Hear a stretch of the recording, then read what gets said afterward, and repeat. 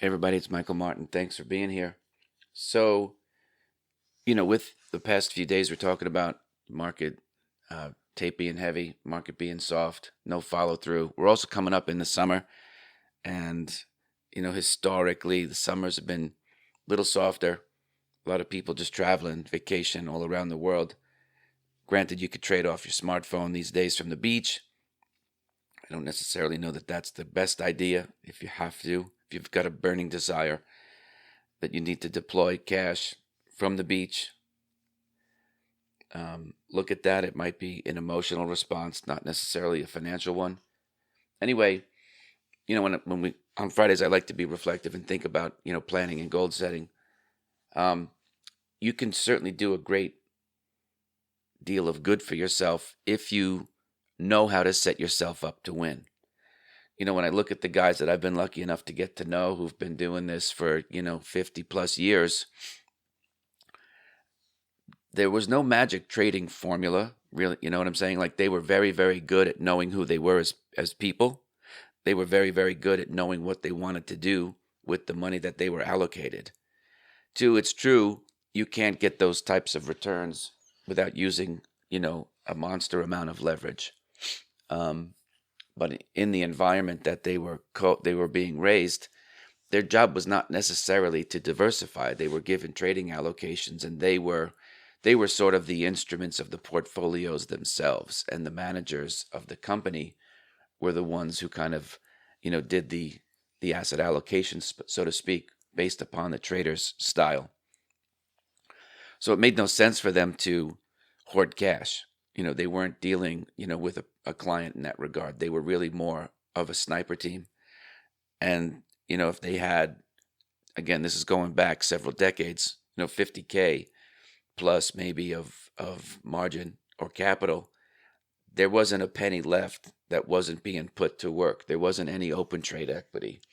It was all going to work. And that's how you get those returns. Now, you could also blow up, doing that. So you have to be very sure-footed and very sure of who you are and what you're doing. These weren't amateurs for sure, but they were very good at setting themselves up to win. They were good at getting the information. They were good at processing that information and making sure that they weren't, reading into things, and also kind of hope. Hope was not a strategy. It was pretty much black or white. And then when they saw something and they had conviction, they put the money to work in a big way. It wouldn't be uncommon to have the entire account levered up into one name, one trade, with any number of entries, one to several. So if you're feeling, if anything that we've spoken about over the past few days has resonated with you, it might make sense for you to take a step back during these times, because you're not missing a whole lot, and just say, what's my vision for myself here? What do I want to do during the day? What do I see myself doing? Because if you haven't put any thought to it, what's going to happen is your day's going to evolve. But if you look back over the past week, you realize, like, what did you do this past week that you actually planned for, versus what just kind of happened and you've dealt with? Because you don't want to turn your trading, or your life for that matter, into a coping mechanism, right? You're not a piece of kelp in the ocean that kind of goes down when the tide goes out and goes up when the tide comes in. You can actually be the captain and the navigator and steer things exactly the way you want them. Again, I think the results of the guys that I know, it wasn't random. I think they were certainly ahead of their time, and they were in a lot of ways in the right place at the right time, but they still had to take the action. There were other people who were in and around that period of time too, and they didn't. So, you have to be able to hit, when something's set in your sights, you have to be able to pull the trigger. But if the conditions aren't there, you have to be smart enough to kind of sit and wait, right? So part of the day is to be scout sniper. Part of the day is to actually know how to pull the trigger. But sometimes you could sit there for days and days and days and not get a shot off. And the worst thing you could do is to get a shot off because you're emotionally connected to it, and then reveal your position. So you do yourself a huge favor if you kind of create a vision for who you are and what you want to be as you evolve, right? Because even if you have 20, 30 years experience, you still have to evolve. Well, what's your vision for yourself given the last 20 years. This is where people stagnate, right? Especially if you had a wirehouse. You raise 20 to 50 million, you wrap it up in a fee account, and then you just go to work every day and you're watching the TV. You get a couple of referrals that will offset client attrition. People leave, people die, people move, whatever. And you're really in a rut because now you're just, that type of person can be easily replaced. It's not to say you don't care about your client funds, but there's no personal growth at that in that environment. You're just kind of dealing with stuff. And growth should be, slightly not painful, but you should be going uphill. There should be a bit of a grind in order to stretch a little. Because think about it. If you got to 250 million under management as an investment advisor and everything was wrapped up, you could still come in and put the TV on and talk with clients all day. So what's an example of this? If you think, okay, Mike, sounds good for you sitting over there. Well, give me an idea how to do it. So why don't you take a look at your book and look at, who are the majority of your clients that are paying 80, 90% of your fees. Everyone else has to go because chances are they're taking up the majority of your time for no money. So take on a junior partner or someone who's just new to the company. If you work at a bigger place, bring them on to do the client service. You focus on the big people. That'll free up some time. Ask them for referrals or go out and start networking. Market yourself. Go make presentations. Go find the local business manager, CPA society, and talk to them about financial things.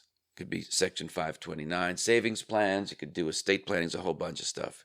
You could talk about, if you do run a system or a loss limiting methodology to create capital gains, talk to them about that. Talk to them about estate planning. I don't care. You could talk to them about what your firm thinks about crypto and take some of my ideas that I've talked about here and use them as your own. I don't care. No one's got a monopoly on ideas anyway. So this will increase your asset base, right? So if you had 50 million, you might have 10 million on the bottom part of your book, but it's not performing. Those people create an awful lot of work for a little bit of fees. So you farm that out. You're really getting paid for your own work on, say, 40 million. Then go out and double that. Because if you're not asking for business, you're not asking for referrals, you're really not going to grow, And that's the quickest way to grow your assets is asking people for money as opposed to trying to grow it organically through market returns. 2, if you're at a big wirehouse, they're probably not going to let you take on the risk that you would need to grow your money faster. You see what I'm saying? So focus on that. Same thing if you're a trader. Everyone wants to shoot the gun, but no one wants to go get the bullets.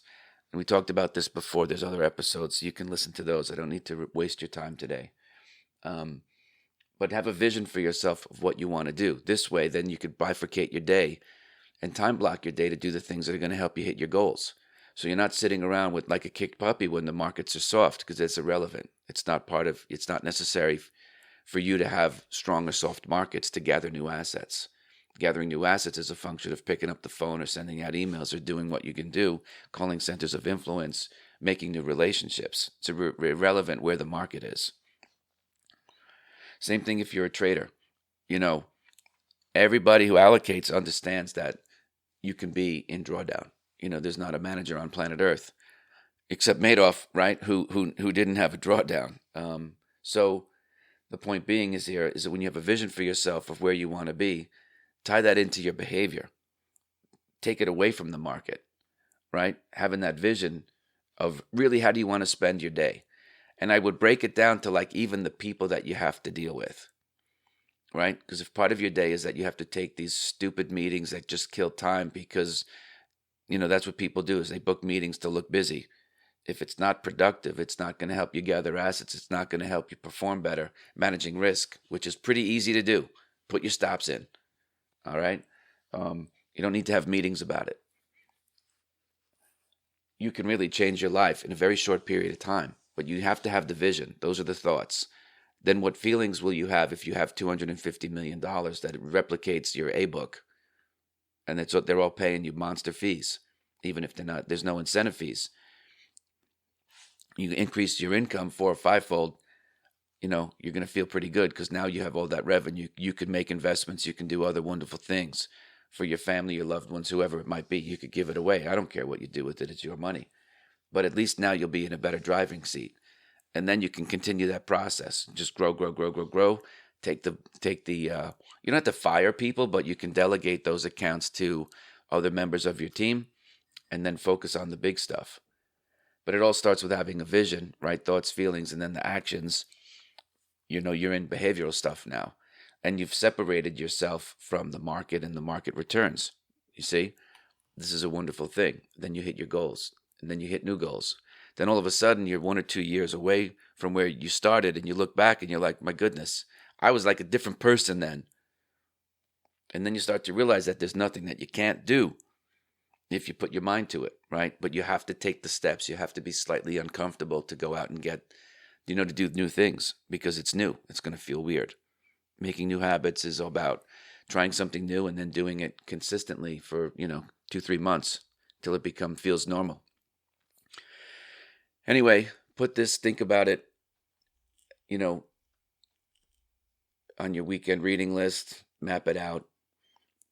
And if you haven't already gotten yourself a copy of the audiobook version of The Inner Voice of Trading, you can grab it for free at Martin Chronicle. It's on me. Have a great weekend, folks. I'll see you Monday.